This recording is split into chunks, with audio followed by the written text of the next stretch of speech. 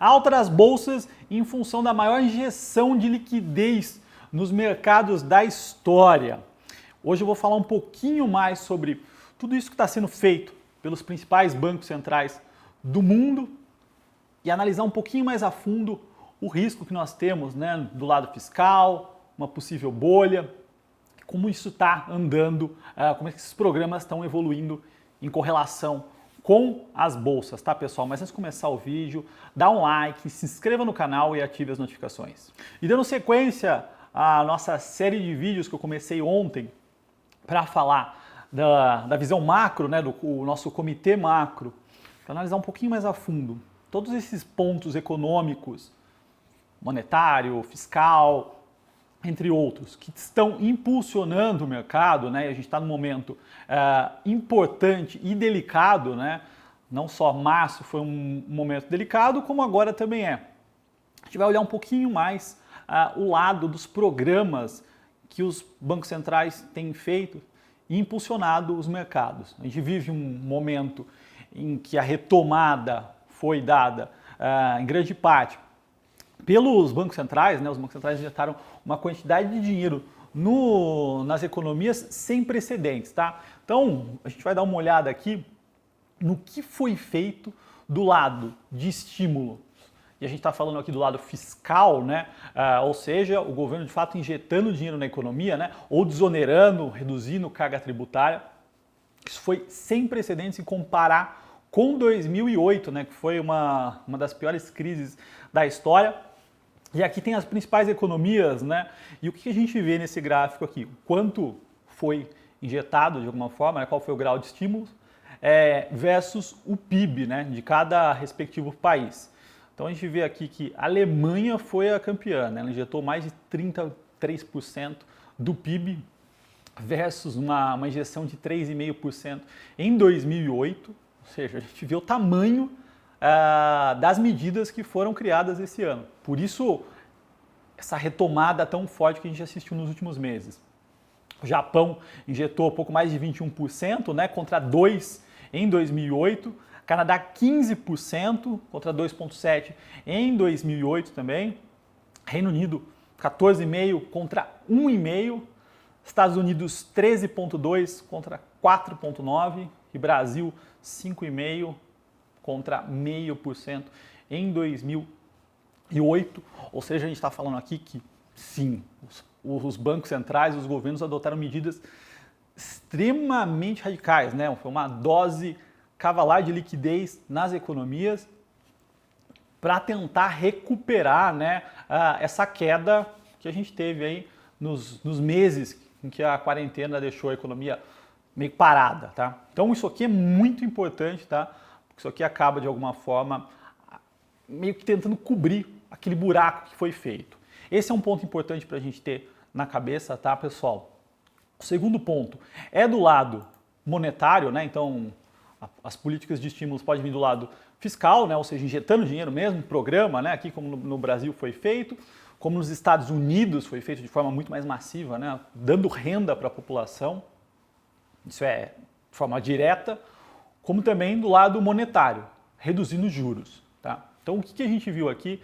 Isso aqui é uma comparação das taxas de juros aqui de algumas das economias antes e depois do Covid. Tá? Então, a gente pega alguns países, eles já tinham uma taxa muito baixa, né? Ou até negativa. Reino Unido zerado, permaneceu zerado. Japão, era negativo os juros em 0,10, permaneceu assim. Reino Unido, 0,75 caiu para 0,10. Estados Unidos tinha uma faixa de oscilação, né, mas estava de 1,75, zeraram, né, a taxa de juros.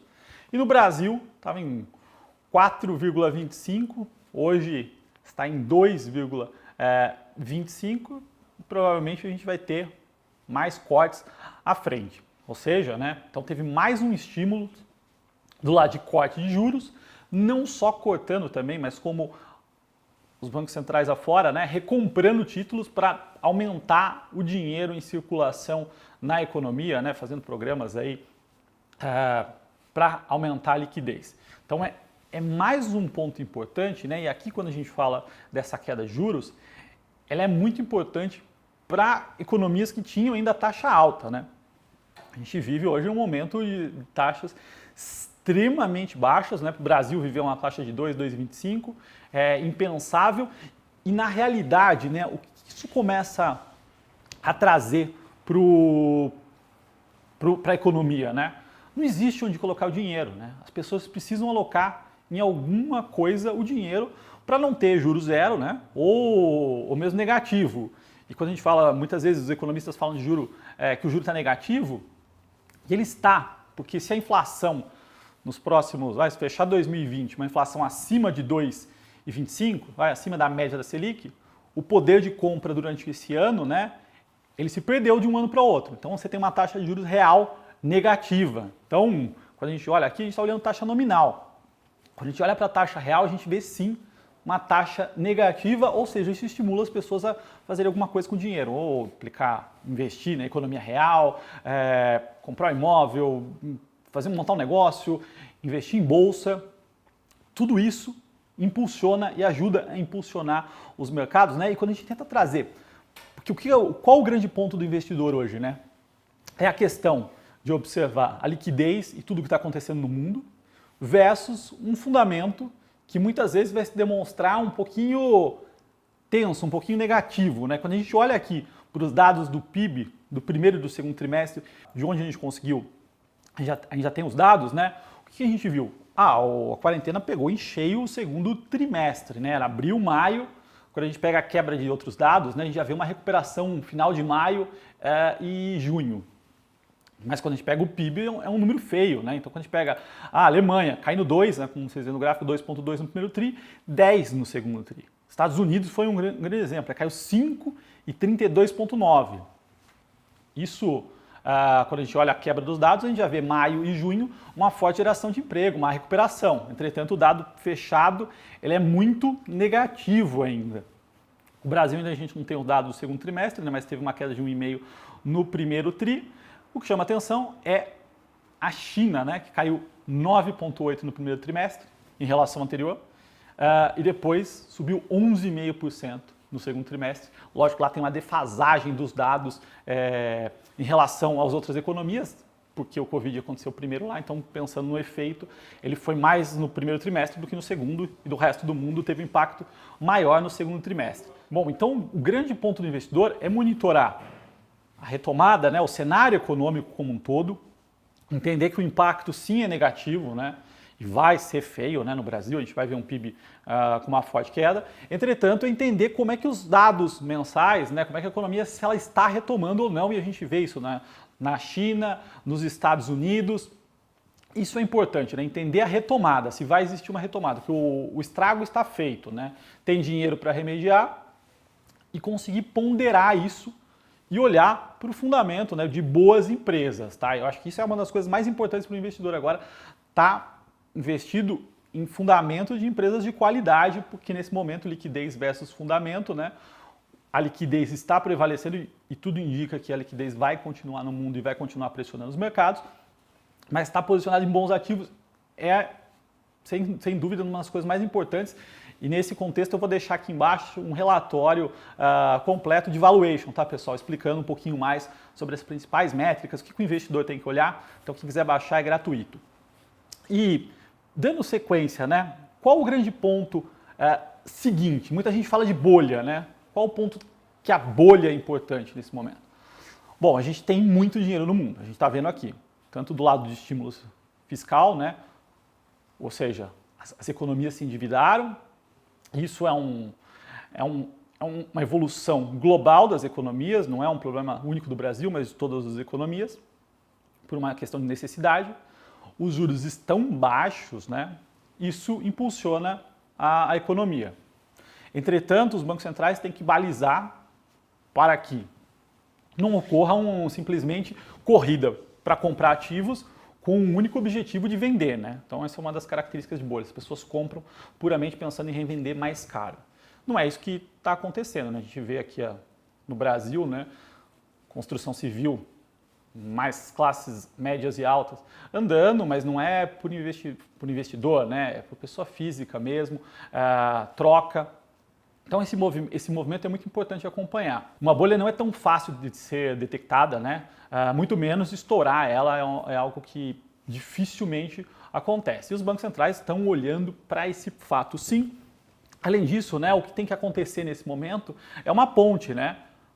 As economias vão retomar. A gente vê isso aqui. Lógico que essa retomada, o nível dela não vai ser esse ano, talvez ano que vem.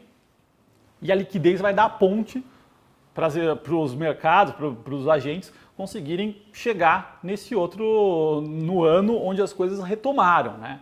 Então, dado que as economias, que os mercados retomem o nível de produtividade, de receita 2021 e 2022, a liquidez serviu para levar os agentes de um lado para o outro. Então não existe bolha nesse caso, né? Porque você vai ver uma volta dos fundamentos e dos níveis de receita. Então isso é importante, não é que a liquidez vai manter os mercados em nível altíssimo e isso vai continuar independentemente dos resultados, tá? Então não dá para puramente generalizar isso.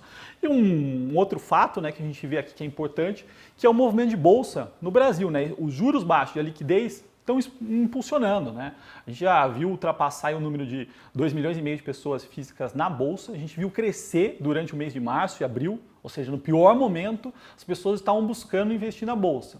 Por quê? Porque não existe mais a bolsa renda fixa, né? Aquela maravilha de investir sem risco e ganhar 14%, 15% ao ano.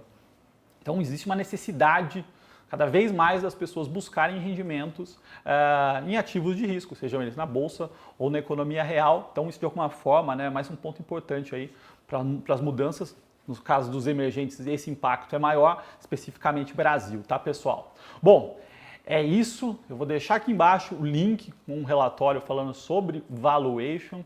Se você gostou desse vídeo, dá um like, se inscreva no canal e até o próximo.